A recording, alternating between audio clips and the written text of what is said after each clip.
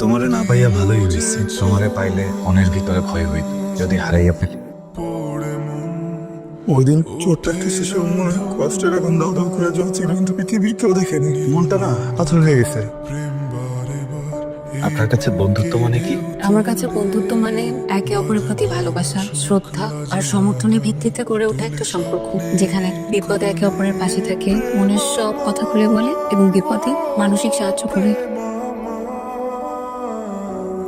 নারীদের 4 গুণ বুদ্ধি থাকে, কিন্তু কুবুদ্ধি থাকে। নারীদের কোনো ভালো বুদ্ধি নেই, কুবুদ্ধি সব নষ্ট বুদ্ধি, কুবুদ্ধি। নারীদের কোনো ভালো বুদ্ধি থাকতেই পারে না। Absolutely right. তুমি কি কষ্ট পেয়েছো? তুমিও তো একই প্রজাতি, কষ্ট পাওয়াটাই স্বাভাবিক। কষ্ট পাবো কেন? তুমি যেটা বলেছো তার সম্পূর্ণটাই সঠিক, আর এগুলো তো সব তোমারই কালেকশনের, রাইট? তুমি কি আমাকে অশিক্ষিত মনে করো? আমি কি অশিক্ষিত? না, তুমি বাংলাতে অনার্স করে একটা ছেলে, অশিক্ষিত হবা কেন? Well educated. ধন্যবাদ। পিস্তল দেখে ভয় পেয়েছো? হয়তো ভালো, যেন পিস্তল দেখে ভয় পায় তার ভালো মানুষ। কিন্তু 144 ধারা তো সন্ধ্যা পর্যন্ত ছিল, এখন তো রাত 8টা বাজে। না না, অল টাইম আমার ঘরে নারী জাতির জন্য 140 ধারা জারি থাকে। তুমি জানো, একদিন গোটা পৃথিবী একটা রাষ্ট্রে পরিণত হবে, আর আমি হব সেই রাষ্ট্রের প্রেসিডেন্ট। আর আমি হবো সেই রাষ্ট্রের ফার্স্ট লেডি। তোমার এই স্বপ্ন কখনোই পূরণ হবে না, কারণ আমার রাষ্ট্রে সবসময় 40 ধারা জারি থাকবে নারী জাতির জন্য। আমি একটা নারী মুক্ত পৃথিবীর ঘোষণা দিব। তাহলে মানব সন্তানের বংশবৃদ্ধি হবে কি করে? এটা তো বিশেষ বিবেচনার বিষয়।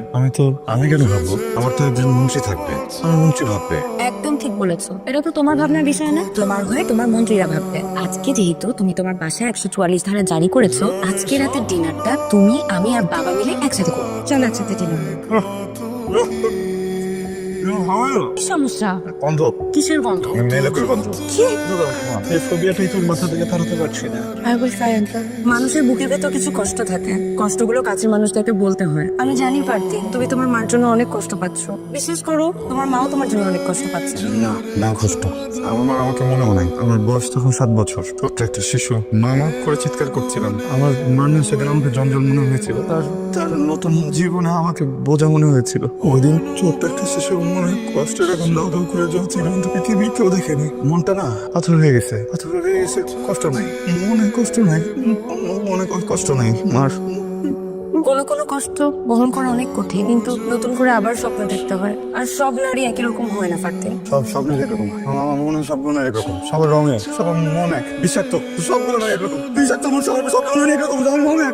সবকিছু ওকে ওকে ওকে, কাম ডাউন কাম ডাউন কাম ডাউন, ওকে ওকে কাম ডাউন। দেখো, আমরা কিন্তু একটা ডিসকাশন করছি, তুমি যে এত রেগে যাচ্ছ এটা কোনো দরকার নেই এখানে। এক্স্যাক্টলি, তোমার ইনজেকশনের টাইম হয়ে গেছে, চলো বাসায় যাই, চলো। বাবা রে, আমি তো ভালো চাই, তুই কেন বুঝতে পারছিস না? আমার বল, তাহলে আমাকে উন্মাদ ভাবো কেন? না না, আমি তোকে কেন উন্মাদ ভাববো? আমি বলেছি তুই অসুস্থ। এই যে দেখ, তুই অনার্সটা শেষ করার পর কেমন করে যেন নিজেকে গুটিয়ে ফেললি, সবার থেকে আলাদা করে ফেললি, ঘরের মধ্যে নিজেকে বন্দি করে রাখলি। কারো কাছে যাস না, কারোর সাথে কথা বলিস না। আর আমার কথা বলতে ভালো লাগে না, ইচ্ছে করে না কথা বলতে, এই জন্য সবকিছু বন্ধ করে রেখেছি।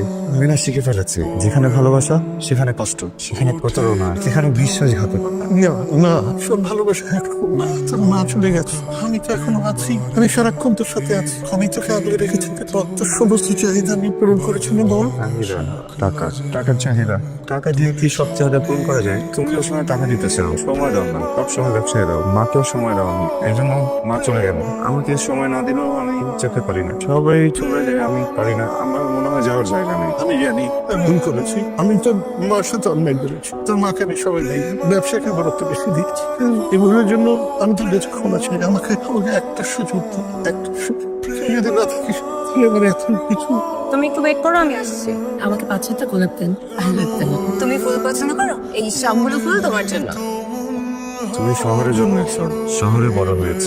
বলো তো পিতা, এই ঢাকা শহর তুমি কতটুকু জানো? আমার বাসার ছাদ, আমার স্কুল, আমার কলেজ, আমার ক্যাম্পাস। ঢাকা মনে করতে হবে। আমি তোমাকে আজকে নতুন করে ঢাকা শহর দেখাবো। মানুষ কত বৈচিত্র্যময়, নিজেকে জানতে অনেক কিছু জানতে হয়। সূর্য অস্ত রাতের এই আলোটা, এই আলোটা ভীষণ সুন্দর, মনকে শান্ত করে দেয়, সব লন্ডভন্ড করে দেয়। লন্ডভন্ড করলেও সেখানে একটা জানালা থাকে। আর তোমার সেই জানালাটা হচ্ছে প্রকৃতি। যখন তোমার মন খারাপ থাকে, মনে অনেক কষ্ট থাকে, তখন তুমি কি করো? তখন মনে হয় পালিয়ে যাই এমন কোথাও যেখানে মানুষের গন্ধ নেই, যেখানে বিশ্বাস ও অবিশ্বাসের প্রশ্ন থাকে না। তোমাকে বিশ্বাস করা শিখতে হবে ফারদিন। বিশ্বাস মানুষকে ভালো রাখে। কিন্তু আমি তো মেয়ে মানুষকে বিশ্বাস করি না, সবসময় মনে হয় ওরা চলে যাবে। চলে যাবে কেন? কারণ এটা আমার দায়িত্ব। দায়িত্ব নাকি মায়া? মায়া, হয়তো সেটাই।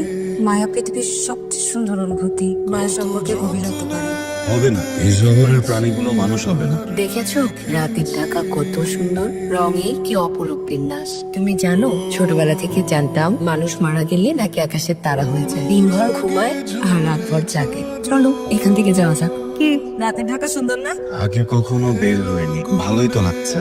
যখন খুব মন খারাপ থাকবে তখন প্রকৃতির সাথে কথা বলবে, দেখবে মন আপনা আপনি ভালো হয়ে গেছে। মানুষের মন সবচেয়ে শক্তিশালী জিনিস, যদি নিয়ন্ত্রণে রাখতে পারো তাহলে যে কোনো ধরনের কঠিন কাজ করা সম্ভব। দেখো এই মানুষগুলোর চেয়ে আমরা অনেক ভালো আছি না? হ্যাঁ, তাই তো, আগে কখনো দেখিনি। দেখেছো কিন্তু কখনো অনুভব করোনি। তাও এই টাকা বেরোনোতে আমি যাবো। পার্টি এদিকে আসো, পাখিগুলো খুব সুন্দর না? কিন্তু দেখেছো ওরা কিন্তু খুব একা ফিল করছে, ওদের যে কোনো সঙ্গী নেই। তাই আমরা ওদেরকে নিয়ে যত আনন্দ পাচ্ছি ওরা কিন্তু তত আনন্দ পাচ্ছে না। বলো তো ওদের জন্য আমরা কি করতে পারি? বন্যরা বনে সুন্দর, ছেড়ে দেওয়া উচিত। রাইট, ওদেরকে এখন আমাদের মুক্ত করে দেওয়া উচিত। তাহলে একটা কাজ করো, তুমি নিজের হাতে ওদেরকে মুক্ত করে দাও।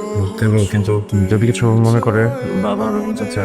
বাবা রহিম চাচা কেউ কিচ্ছু মনে করবে না, বরং তারা বাসের সাথে দেখলে খুশি হবে। নাও তুমি তোমার হাতে ওদেরকে মুক্ত করে দাও। নাও নাও নাও, এই যে এটা তুমি নিজের হাতে ওদেরকে মুক্ত করো। তুমি অনেক সুন্দর, রোমান্টিক। সত্যি বলছো? আচ্ছা তোমার কি মেয়েদের উপরে এখনো ভীষণ রাগ? অবশ্যই আমার উপরেও? ভীষণ। ওমা আমি কি করলাম? তুমি আমাকে ভালোবাসো না কেন? কে বলেছে? তুমি জানো ভালোবাসা কিন্তু অনেক ধরনের হয়। যেমন তোমার বাবা কিন্তু তোমাকে ভীষণ ভালোবাসে, আবার তোমার পরিবারে যারা আছে সবাই কিন্তু তোমাকে ভীষণ ভালোবাসে। শুধু তুমি বাসো না, আমিও তোমাকে অনেক ভালোবাসি। আমার কি মনে হয় জানো, তুমি আমার খুব কাছের একজন বন্ধু। আমাদের বন্ধুত্বটা সারা জীবন থাকবে। গুড, কোনো সমস্যা নেই। ফারদিন এখন একজন সুস্থ মানুষ। আমি আমেরিকায় অবস্থানরত ফারদিনের মায়ের সাথে যোগাযোগ করেছি, তিনি পুত্রকে দেখতে চান, উদ্গ্রীব হয়ে আছেন।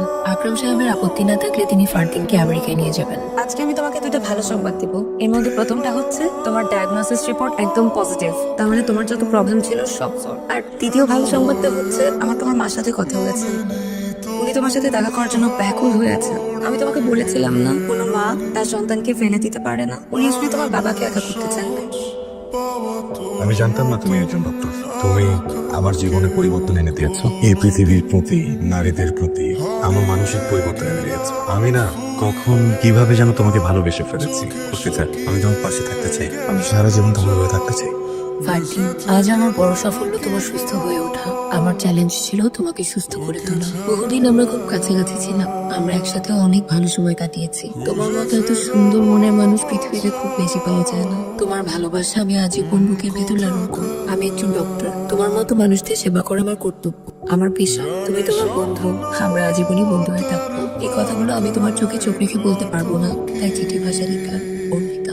তাকে না পেয়েও আমি তাকে যেমন করে পেয়েছি এমন করে আর কেউ তাকে পাবে না। তোমারে না পাইয়া ভালোই হয়েছে, তোমারে পাইলে মনের ভিতরে ভয় হইত যদি হারাই আপনাকে।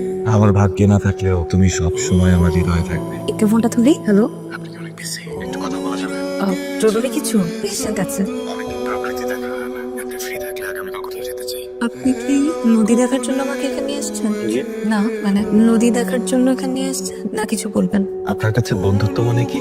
আমার কাছে বন্ধুত্ব মানে একে অপরের প্রতি ভালোবাসা, শ্রদ্ধা আর সমর্থনের ভিত্তিতে গড়ে ওঠা একটা সম্পর্ক, যেখানে বিপদে একে অপরের পাশে থাকে, মনের সব কথা খুলে বলে এবং বিপদে মানসিক সাহায্য করে। আপনি কি আমাকে শুধু এটা জিজ্ঞেস করতে এখানে ডেকেছেন? আমি তোমাকে কি বলতে চাই তুমি কি বুঝতে পারছো না? তুমি কেন বলছো না তুমি আমাকে ভালোবাসো? আমি তো এটা শোনার জন্য অপেক্ষা করছি, প্লিজ বলো। যদি বলি আমি তোমাকে ভালোবাসি, তারপর অর্পিতা যদি আর যোগাযোগ না করে, আমার কি করা উচিত বলে দেই, তারপর যা হওয়ার হবে। আমি আর অপেক্ষা করতে পারছি না, নাকি আমি বলে দেবো আমি তোমাকে ভালোবাসি?